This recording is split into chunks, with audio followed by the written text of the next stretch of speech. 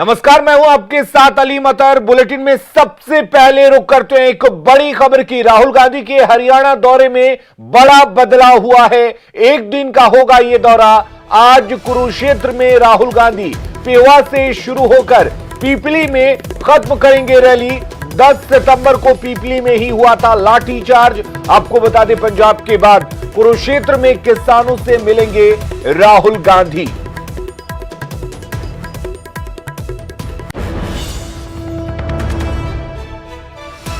बड़ी खबर इस वक्त आपको बता दें, राहुल गांधी के दौरे में बदलाव किया गया है।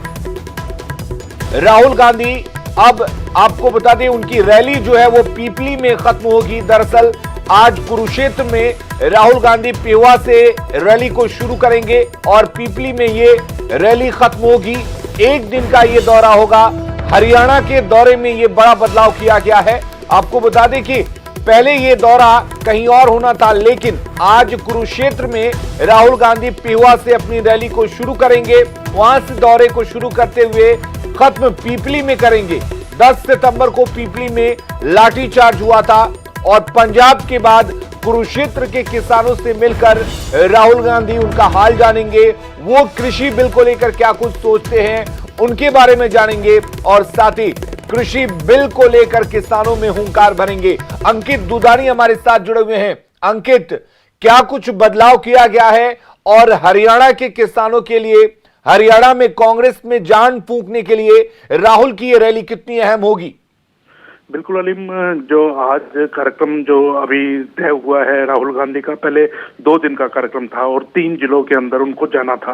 वो अंबाला जिला था, वो कुरुक्षेत्र था, करनाल था और पानीपत था। तो पहले पानीपत का प्रोग्राम उनका कैंसिल हो गया था और 2 ही जिलों का प्रोग्राम रखा था कि कुरुक्षेत्र और करनाल के अंदर वो 2 दिन का उनका आना रहेगा। 2 दिन में की रैली रहेगी, लेकिन उसको भी घटा करके अब एक ही दिन का प्रोग्राम कर दिया गया है। लगभग 1:15 बजे के आसपास वो हरियाणा के अंदर एंटर करेंगे और पेहवा होते हुए और फिर कुरुक्षेत्र पहुंचेंगे और लगभग 5:30 बजे कुरुक्षेत्र अनाज मंडी के अंदर एक रैली रखी गई है, वहां जनसभा रखी गई है, वहां उसका समापन हो जाएगा। तो एक ही दिन का प्रोग्राम रखा गया है, क्योंकि लगातार हरियाणा सरकार भी कह रही थी कि कोरोना के समय के अंदर राहुल गांधी को नहीं आना चाहिए, तो कहीं ना कहीं उसको भी ध्यान में रखा होगा और भी काम हो सकते हैं। तो इसी वजह से अब प्रोग्राम को बहुत छोटा कर दिया गया है और लगातार टकराव की स्थिति भी उत्पन्न ना हो, इसके लिए हरियाणा सरकार भी तैयार है। कांग्रेस के कार्यकर्ता लगातार कहते रहे हैं कि उनको राहुल गांधी को हरियाणा में आने से रोका नहीं जा सकता। तो अब देखते हैं कि टकराव की स्थिति आती है या फिर स्मूथली ये निकल जाते हैं, आकर के किसानों से बात करके निकल जाते हैं, ये अभी देखना होगा। जी अंकित, अगर बात करें किसान बिल की, तो ज्यादातर देखा गया कि पंजाब और हरियाणा के किसान इस बिल का विरोध कर रहे हैं और कहीं ना कहीं राहुल गांधी भी इस विरोध को अपने पाले में करना चाहते हैं। ऐसे में अगर बात की जाए हरियाणा की, तो इस रैली से हरियाणा की सियासत कितनी गर्मा सकती है? बिल्कुल, क्योंकि हरियाणा और पंजाब पूरे देश को अन्न उत्पन्न करके देता है और सबसे बड़ा अन्न उत्पादक हरियाणा और पंजाब ही है। तो इसीलिए किसानों का जो विरोध है वो यहाँ देखने को मिल रहा है। और अगर बात की जाए पंजाब की, क्योंकि पंजाब के अंदर कांग्रेस की सरकार है, कांग्रेस लगातार विरोध कर रही है, तो पंजाब के अंदर विरोध ज्यादा हो रहा है हरियाणा के कंपेरिजन में, क्योंकि हरियाणा में भी जो पंजाब के लगते हुए जिले हैं उन्हीं में विरोध है। जो 16 जिले और बाकी छोड़ दें, 6 जिलों में ही ज्यादा विरोध है, 16 जिलों में विरोध नहीं है।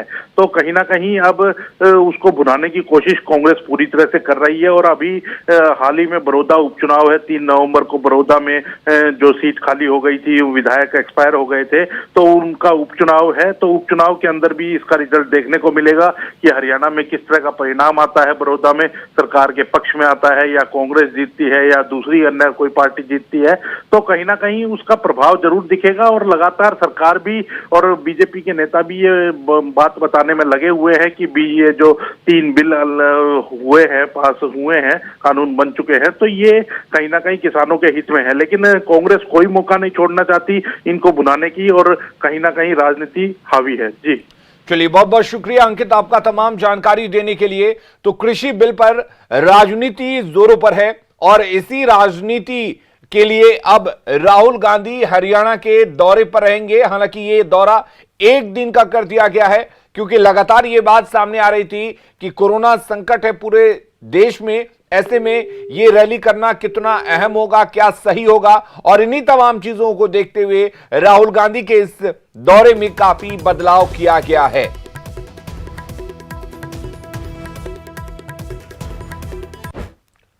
और रुक करेंगे अगली बड़ी खबर की। राहुल के दौरे पर गृह मंत्री अनिल विज का बयान सामने आया है। उन्होंने कहा है कि हरियाणा की शांति भंग नहीं होने देंगे, पंजाब से जुलूस लेकर आने की इजाजत नहीं मिलेगी। तो यहां पर एक टकराव की बात जो कही जा रही थी, वो टकराव अब सीधे सीधे दिख रहा है, क्योंकि अनिल विज ने यह बात साफ कर दी है कि किसी भी तरह से पंजाब से अगर राहुल गांधी भीड़ लेकर आते हैं तो उसे हरियाणा में एंट्री नहीं करने दिया जाएगा। हरियाणा की शांति भंग नहीं होने देंगे। 100 से ज्यादा लोग इकट्ठे हुए तो कार्रवाई करेंगे। पहले 2 दिन का राहुल गांधी का दौरा था, लेकिन करनाल दौरा रद्द कर दिया गया है और अब यह दौरा सिर्फ 1 दिन का होगा। कि राहुल गांधी जी अगर हरियाणा में आना चाहते हैं तो 1000 बार आएं, पर अगर वो पंजाब से जुलूस लेकर आएंगे तो हम उसको अनुमति नहीं देंगे, किसी भी हालत में। और इधर राहुल गांधी के हरियाणा दौरे पर कांग्रेस ने गृह मंत्री अनिल विज को चैलेंज किया है। पूर्व स्पीकर कुलदीप शर्मा ने कहा कि हिम्मत है तो अनिल विज उन्हें रोक कर दिखाएं। आपको अनिल विज का वो बयान भी सुनाते हैं कि आखिर राहुल के दौरे पर गृह मंत्री ने क्या कुछ कहा है। बहुत लंबे समय से बीमार मानसिक रूप से अनिल विज ने कहा राहुल गांधी को हरियाणा में नहीं घुसने दूंगा। अगर अनिल विज में हिम्मत है, अगर उसने जरा सी भी इंसानियत है, हिम्मत है, तो अपनी बात को पूरे कराना। कल आ रहे हैं राहुल गांधी 10 बजे, आना, छाती अड़ाना, हरियाणा पुलिस के भरोसे ना रहना, हरियाणा पुलिस के भरोसे ना रहना। विज साहब, हरियाणा पुलिस तुम्हारी नहीं मानती है। ये मुख्यमंत्री जी हैं माननीय श्री मनोहर लाल जी, वो तो मदारी हैं। और ये हम कह रहे हैं कि अकेले आना है, जितनी बार मर्जी आओ। अगर पंजाब से जुलूस लेकर आओगे, हुड़दंगियों को लेकर आओगे, तो हम हरियाणा की शांति को भंग नहीं होने देंगे। पंजाब बार बार कोशिश कर रहा है और कांग्रेस हाईकमान के इशारे पर अमरिंदर सिंह करवा रहा है। उसने पहले ट्रैक्टर यात्रा भेजी, हमने वो बॉर्डर पर रोकी, वो हरियाणा का माहौल ख़राब करना चाहते थे। फिर उन्होंने मोटरसाइकिल यात्रा भेजी, वो हमने जीटी रोड पर रोकी, उसको ख़राब कराना चाहते थे। अब शंभू बैरियर पर धरना दे के बैठे हुए हैं। आप मुझे बताओ, शंभू कोई पंजाब की राजधानी बनने जा रहा? और इतने शहर हैं, लुधियाना है, अमृतसर है, जलंधर है, बठिंडा है, फाजिलका है, वहाँ ना करके केवल इसलिए हमारे बॉर्डर पर आके बैठे हुए हैं कि हरियाणा के किसानों को भड़का सके। और राहुल गांधी के हरियाणा दौरे पर सियासी संग्राम जारी है। इस बीच सीएम मनोहर लाल ने कहा है कि लोकतंत्र में हर किसी को अपनी बात कहने का अधिकार है और उन्हें राहुल गांधी के कार्यक्रम से कोई आपत्ति नहीं है, लेकिन प्रदेश में कानून व्यवस्था खराब न हो, इसका ख्याल रखा जाए।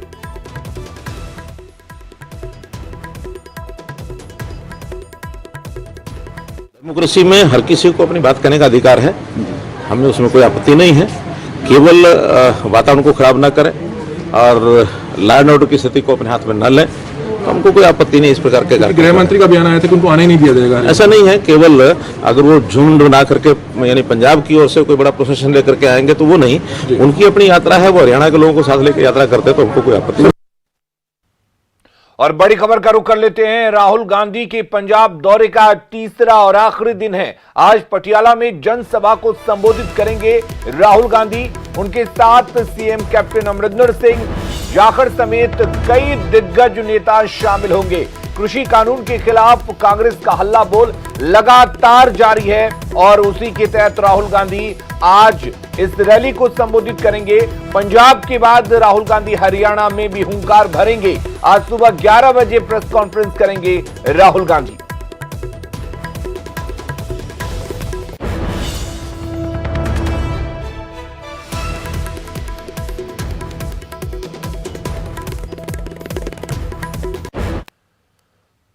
और अब आपको कुरुक्षेत्र की शाहबाद अनाज मंडी का हाल दिखाते हैं, जहां प्रशासन के तमाम इंतजामों की पोल खुल रही है। अनाज मंडी में किसानों को किन परेशानियों से जूझना पड़ रहा है और कैसे धान की फसल बर्बाद हो रही है, इस रिपोर्ट में देखिए।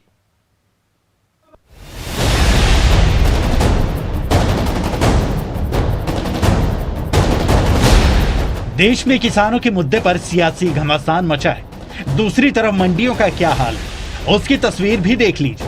यह तस्वीरें कुरुक्षेत्र की शाहबाद अनाज मंडी की हैं, जहां सीवर का पानी अनाज मंडी में इंतजामों की पोल खोल रहा है। प्रशासन की लापरवाही से किसानों की फसल बर्बाद हो रही है। धान की फसल लेकर किसान मंडी तो पहुंच रहे हैं, लेकिन यहाँ की बदहाली आपके सामने है।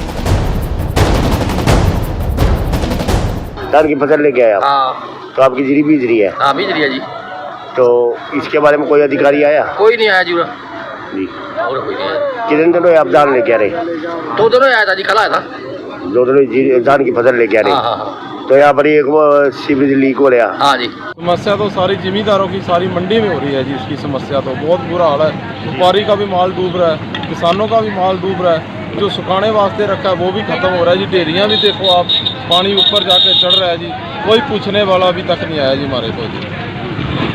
बिल्कुल सोया पड़ा है जी, कोई कुछ नहीं देख रहा जी। जिमीदारों का इतना बुरा हाल है। पहले तो रोडों पे हम थे जी, जीरी सुखा रहे थे, अब मंडी में लाए हैं सूखा माल करके। बिल्कुल हमारा खत्म हो गया जी माल यहाँ।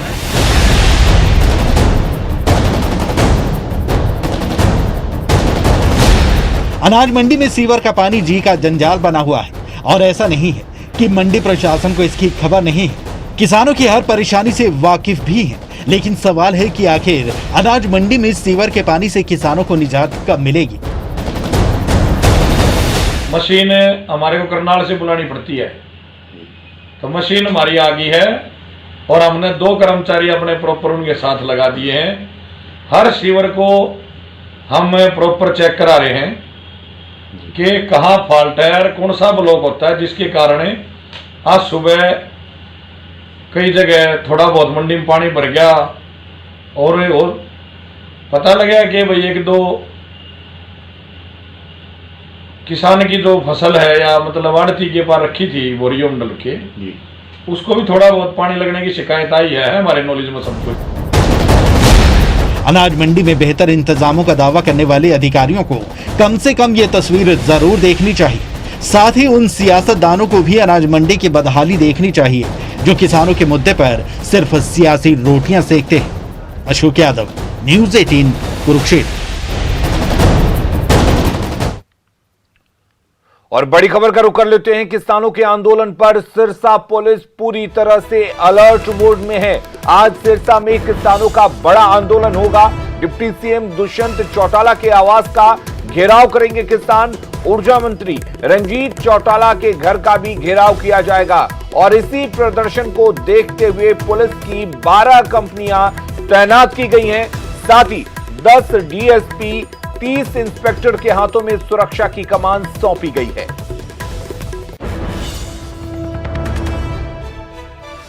तारीख को जो किसानों का जो प्रोग्राम है वो दशहरा ग्राउंड में उनको स्थान दिया गया है। वहाँ पर जो उनकी गैदरिंग होएगी उसके संदर्भ में हमने एंटिसिपेट करके अपनी फोर्सेस लगाई हैं।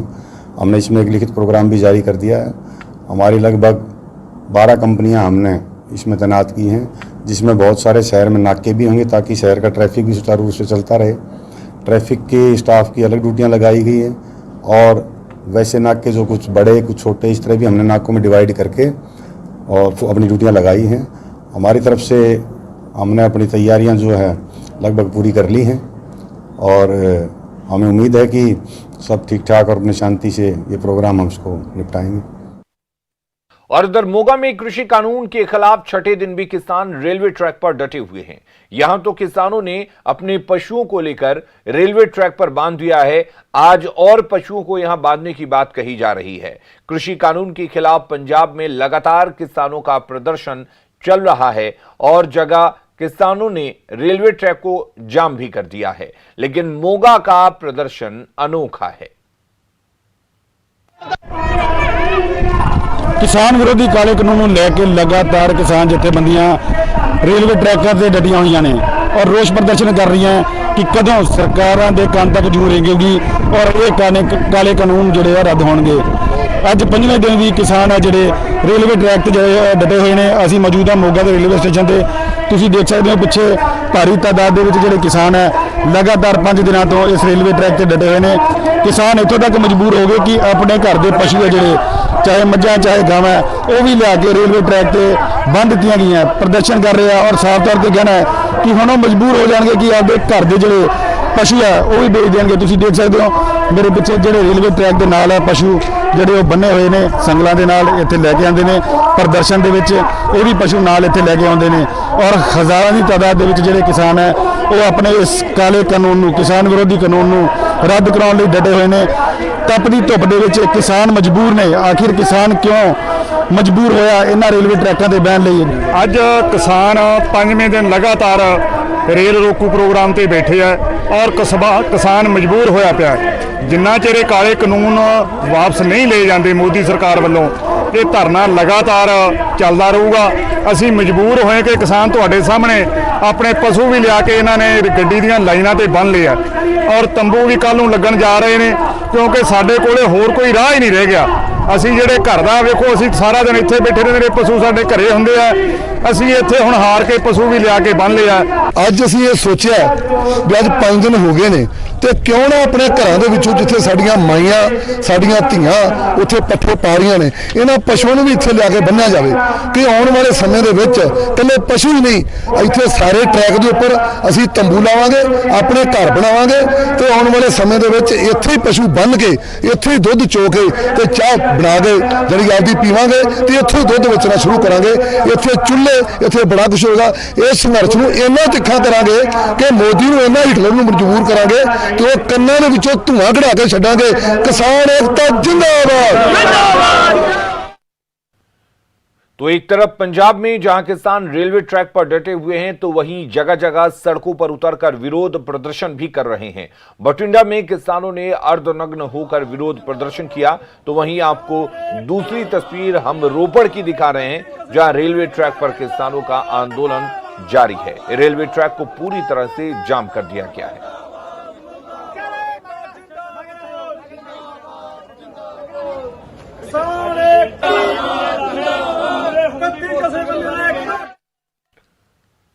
और बड़ी खबर का रुख कर लेते हैं। पंजाब में लेवल 1 के कोविड सेंटर बंद होंगे। स्वास्थ्य विभाग ने यह बड़ा फैसला लिया है। बिना किसी परेशानी वाले मरीजों को यहां पर रखा जाता था, अब ऐसे मरीजों को होम आइसोलेट किया जाएगा। तो इन्हीं तमाम चीजों को देखते हुए पंजाब में लेवल 1 के कोविड सेंटर को बंद करने का फैसला लिया गया है। जिनमें हल्के लक्षण होंगे उनको अब होम क्वारंटीन किया जाएगा, घर पे ही रखा जाएगा और वहीं पे उनका इलाज किया जाएगा।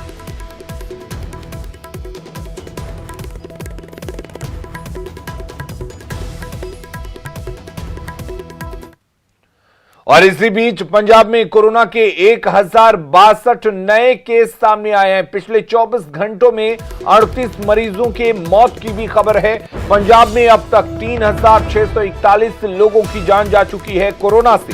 प्रदेश में कोरोना के फिलहाल 12,897 एक्टिव केस हैं। अमृतसर में 178 जबकि लुधियाना में 156 नए केस मिले हैं। वहीं जालंधर में 98, बठिंडा में 70 नए केस मिले हैं।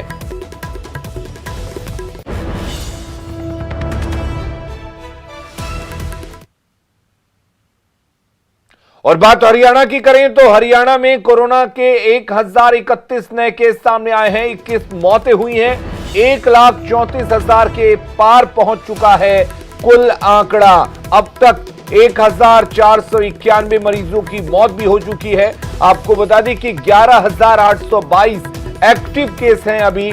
पिछले 24 घंटे में 1,255 मरीज डिस्चार्ज हुए हैं, ठीक हुए हैं। प्रदेश में 90% से ज्यादा पहुंच चुका है रिकवरी रेट।